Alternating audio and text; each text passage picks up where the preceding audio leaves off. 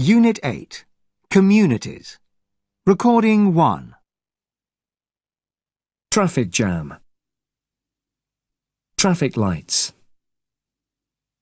Car park. Car rental.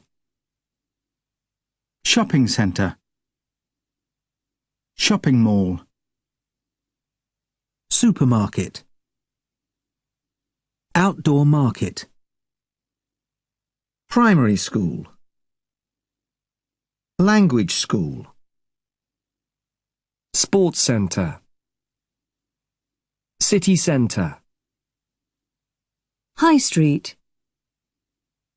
One-way street.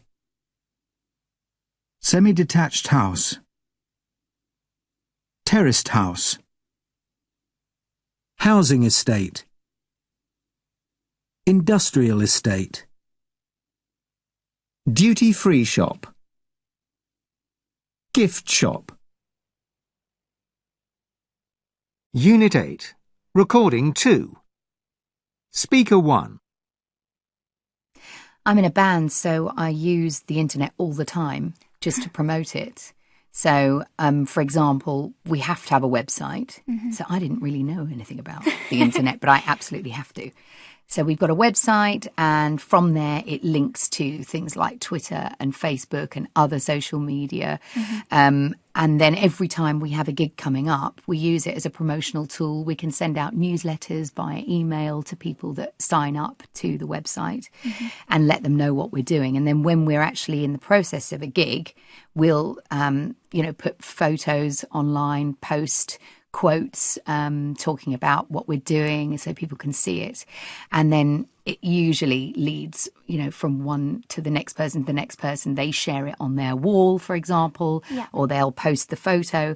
And it just means you can reach a massive amount of people rather than, old-fashioned way of just showing somebody a photo after the event. That's no good. So the internet's amazing for that. You can just reach thousands really quickly, which is exactly our goal. Speaker 2. So I have a food blog where I review restaurants and post up my reviews onto this blog just as a hobby. It's something I really enjoy doing, but it means I take a lot of photos of food. Anything I eat, I take a photo of it. So for me, using Instagram, which is social media for uploading photos, is the perfect sort of tool for advertising my blog, as it's free and people love looking through pictures of all the different dishes. So I find that I've got about over 2,000 followers just from people wanting to look at photos of a steak or a piece of chicken, which sounds crazy, but it's very popular. So I use Instagram a lot to link up with my blog. Fantastic. Speaker 3. Well, I use Facebook mainly because I work from home and I don't really chat to people much during the day. So it's a good way of staying in touch with people. It's, it's an online community, isn't it? And I like to keep in touch with people that way.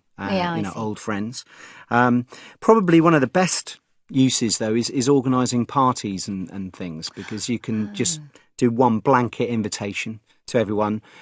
Most people usually get a notification in their email account to say they've been invited to something, don't they? Right, yeah. So I think it's really handy. Rather than ringing up loads of people, you can do it all through social media rather than making lots of phone calls.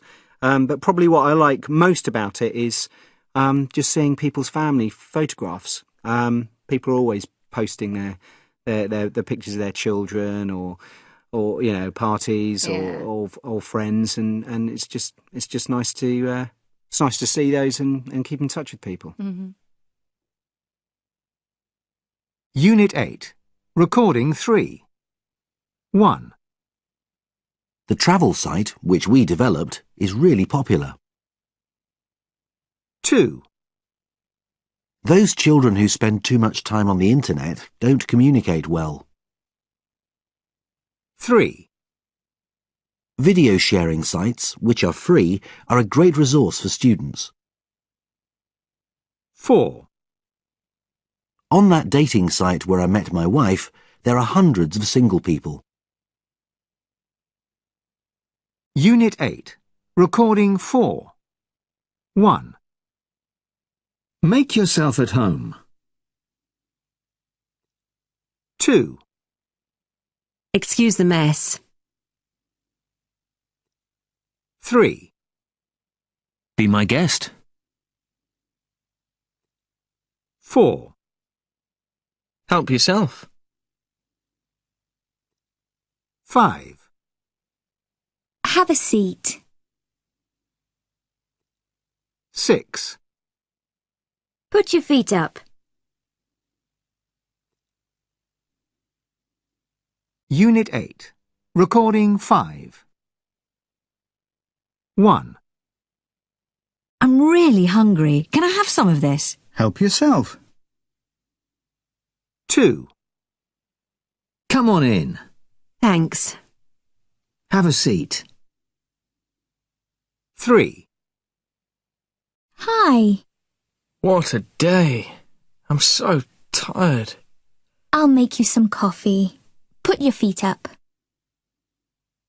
4, Can I just quickly use your phone? Be my guest. 5, Welcome. Thank you. What a nice room. Make yourself at home. Unit 8. Recording 6. 1, Hi, Dave. Sorry. Do you mind? Sorry? We don't smoke in the house. Oh, sorry about that. I didn't know. That's all right. It's no problem. 2, So, they've invited me to dinner at their home. Wonderful. And they're also from Morocco? The same as you. From Morocco. That'll be great. So, do I need to bring a dish? Like, bring some food? No, it's not necessary. You can bring a small gift if you want, but you don't need to bring food. 3, Hello? Hello. Hi, I'm Richard Davies. From Exeter. I'm here to visit your offices. Oh, hello. I'm a bit early. Is this a bad time? I can come back later. I wasn't expecting you so early. Can you come back in 10 minutes? I just need to finish some work here. Then I'll be able to show you around. Of course. Sorry about that. Not at all. It's fine. 4, So, I walked into your parents' house, but I forgot to take my shoes off. Did I do something wrong? Oh, I see. My shoes weren't dirty or anything, but I still felt really bad. It's okay. I'll tell my parents you forgot. Don't worry about it. Oh, I don't know. Should I call them up to apologise? No, it's nothing. You really don't have to apologise. 5, Excuse me, sir. Would you mind putting this on? What? Put on your jacket. In this restaurant, you have to wear a jacket. My apologies. I didn't realise. 6, So, this American family are going to stay with us for Thanksgiving. For what? For Thanksgiving? You know, people from the United States celebrate it. So, what's the problem? Americans always eat turkey on Thanksgiving, don't they? But we're vegetarians. We never eat meat. So, well, what should we do? If I were you, I'd tell them the problem and maybe they can cook a turkey while you and your family just eat something else. Unit 8. Recording 7. We don't smoke in the house. Oh, sorry about that. I didn't know. That's all right. It's no problem. I wasn't expecting you so early. Can you come back in 10 minutes? I just need to finish some work here. Then I'll be able to show you around. Of course. Sorry about that. Not at all. It's fine. It's okay. I'll tell my parents you forgot. Don't worry about it. Oh, I don't know. Should I call them up to apologise? No, it's nothing. You really don't have to apologise.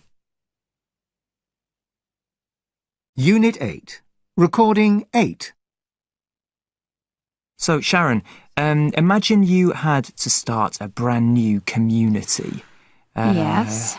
I know it's a difficult question, but I mean, ideally, where would it be? I'd probably choose somewhere quite warm. Mm-hmm. So you didn't have any issues of flooding or, too much snow to deal with, something like that. And then I choose another place than most people would probably choose, not an island. Where but exactly? I think, somewhere in France. I don't know why. Oh, I just somewhere in France. Always liked it. Okay. And who would be there? The French only, or a mixture of people? No, it would need to be a mix of people, and they'd need to be able to help one another. In what way? Well, I'd like to take one person who's an expert in one field, another person who's an expert in another field. So you have, arty people, manually skilled people, good orators, good writers. So a whole range of skills. Exactly. All going into the melting pot. Yes, but I wouldn't have too many people to start with, although if it's too small a group, then I suppose you risk falling out. But I think if you keep that group fairly small to begin with, then you can draw up your own special laws, to govern yourselves. Would it need laws, do you think, this utopian society? Well, ideally there'd be no laws, but because people are human, I think you would probably have to still come up with some ground rules, yes. What would be the most important one? I think not to physically hurt somebody else, I suppose. Right, so pretty much like we have at the minute. Yes, I suppose. Well,